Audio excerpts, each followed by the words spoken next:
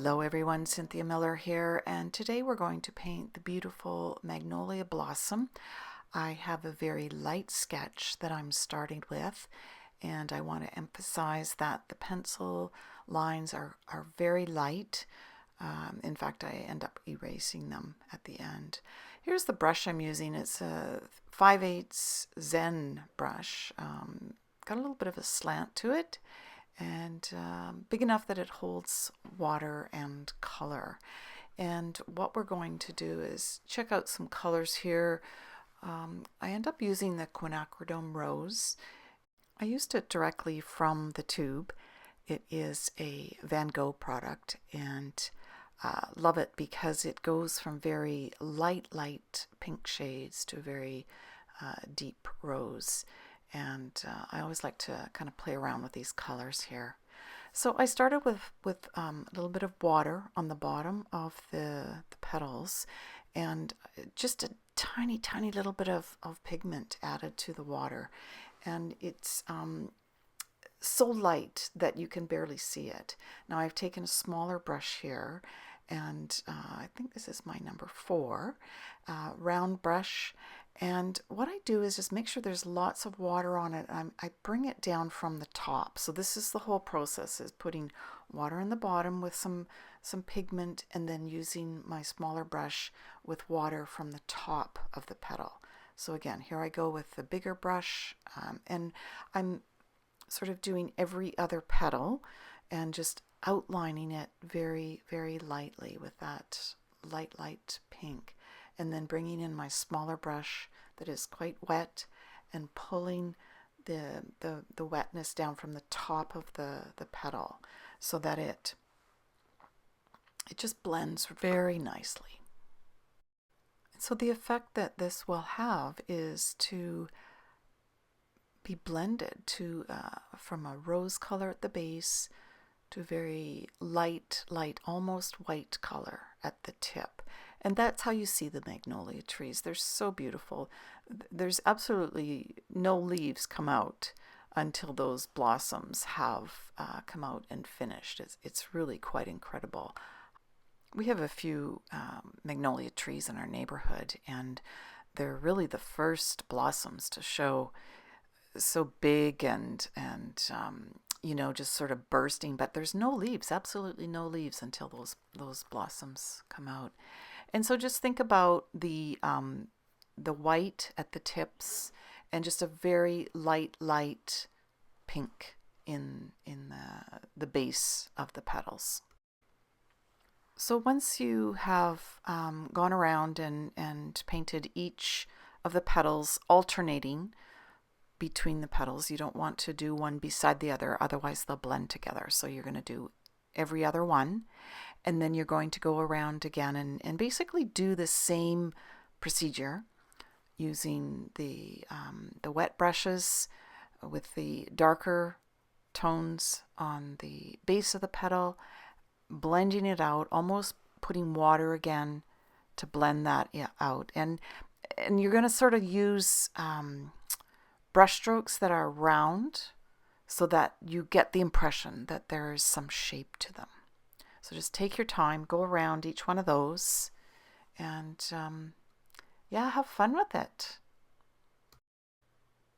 So I'm just going to continue to work around the petals, and just wanted to mention that we do have our classes every week.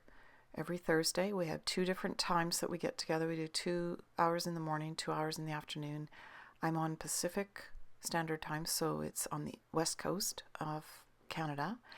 And you just have to figure out your own time zone there. But it's a good way to focus on improving your skills. And these are skills that we might naturally have, might naturally be attracted to doing, to paint, to draw, to create. But we really do have to work at it consistently to see the changes that happen, to sort of see the improvements, to feel that you are expressing yourself how you wish to.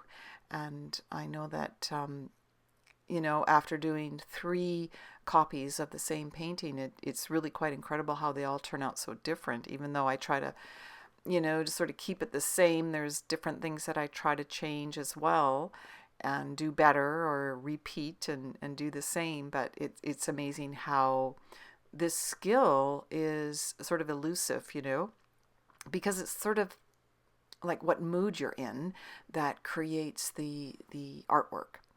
And so I always play some music in the background, helps to relax, and the creative visualization that you have in your imagination really helps, I think. And that's why I like to sort of put people in the mood with talking about what the subject matter is all about, what it means to me, and hopefully bring out what it means for you. And then to imagine it in your mind's eye to be able to get an idea of what you are trying to create there. I think everything starts in the imagination. It's really good to have an idea in your mind and to be able to learn how to draw and paint from that picture in your mind. So it's starting to take shape here, adding a little bit more color to the bigger blossoms. There's some petals on the bottom of the flower that are just sort of sticking out straight, and but I like the way this one turned out. The pink really does blend up nicely into the white and top of the petal. So you can go over the petals as many times as you want, as deep as you want that darkest color, and then let them dry.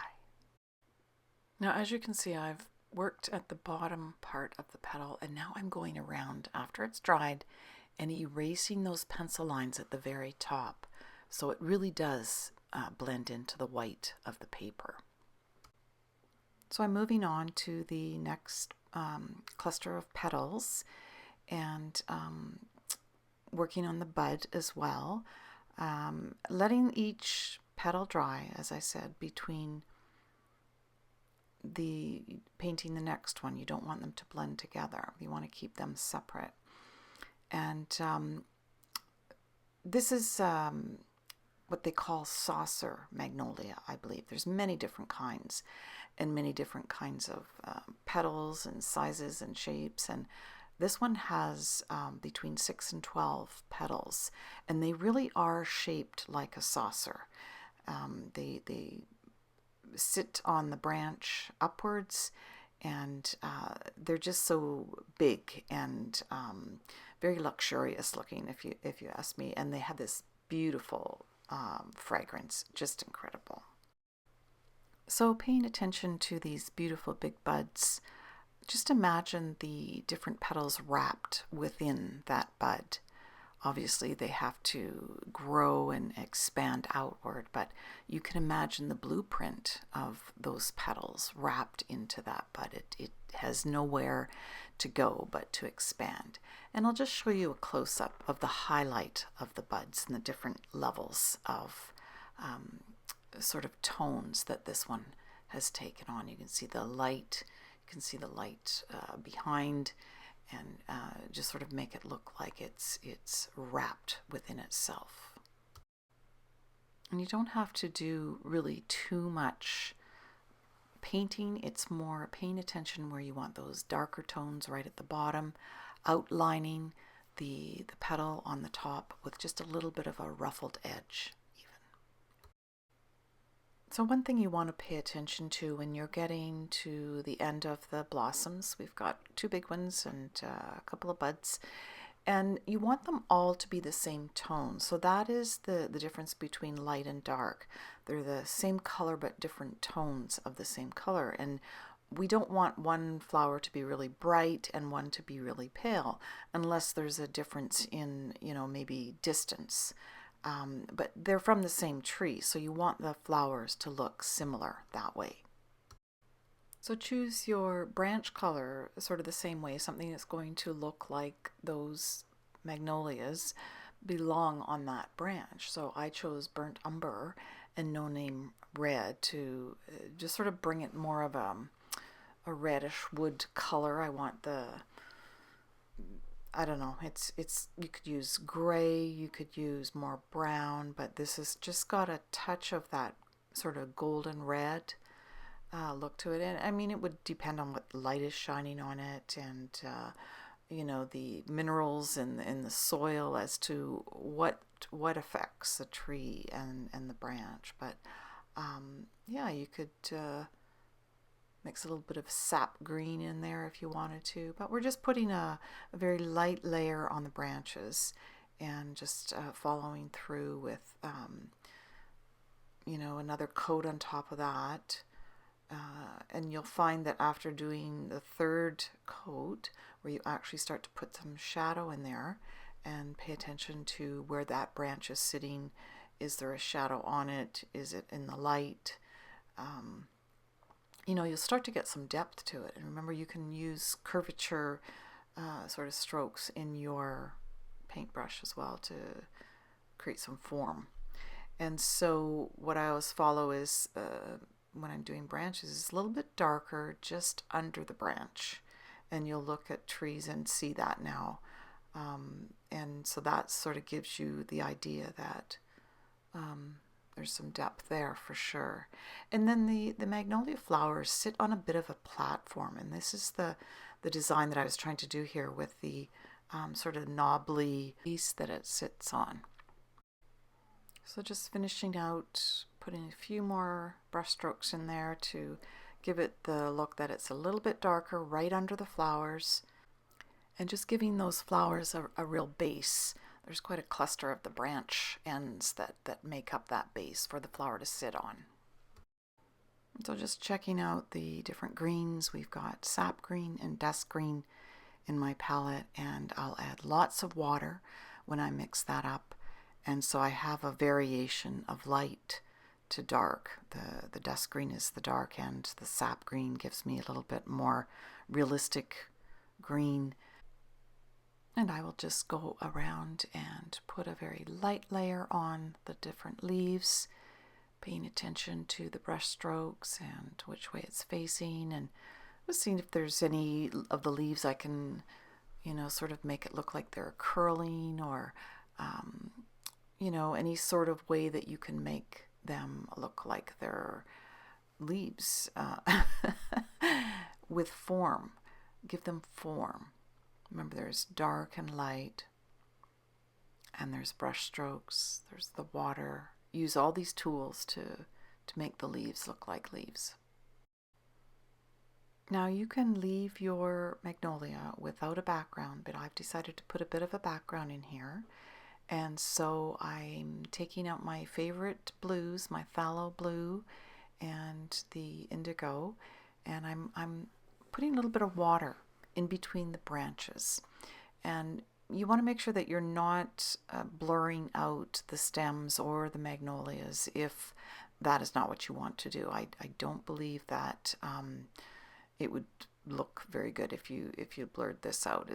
There's too many beautiful sort of big petals that you don't want to sort of mess up, but it's entirely up to you. I just put dabs of this blue in, and I don't take it out very far. I work it around the branches, taking it right to the edge of the branch. So don't take your water right to the branch to start. Use your smaller brush. This is like a 0-2 brush, 0 to 2. And, you know, I want it to just barely touch those branches, but the water does not. Only your brush taking a little bit of that pigment out. So just take your time, go around that. But it does look perfectly fine and lovely without the background. But this is how I did the first one.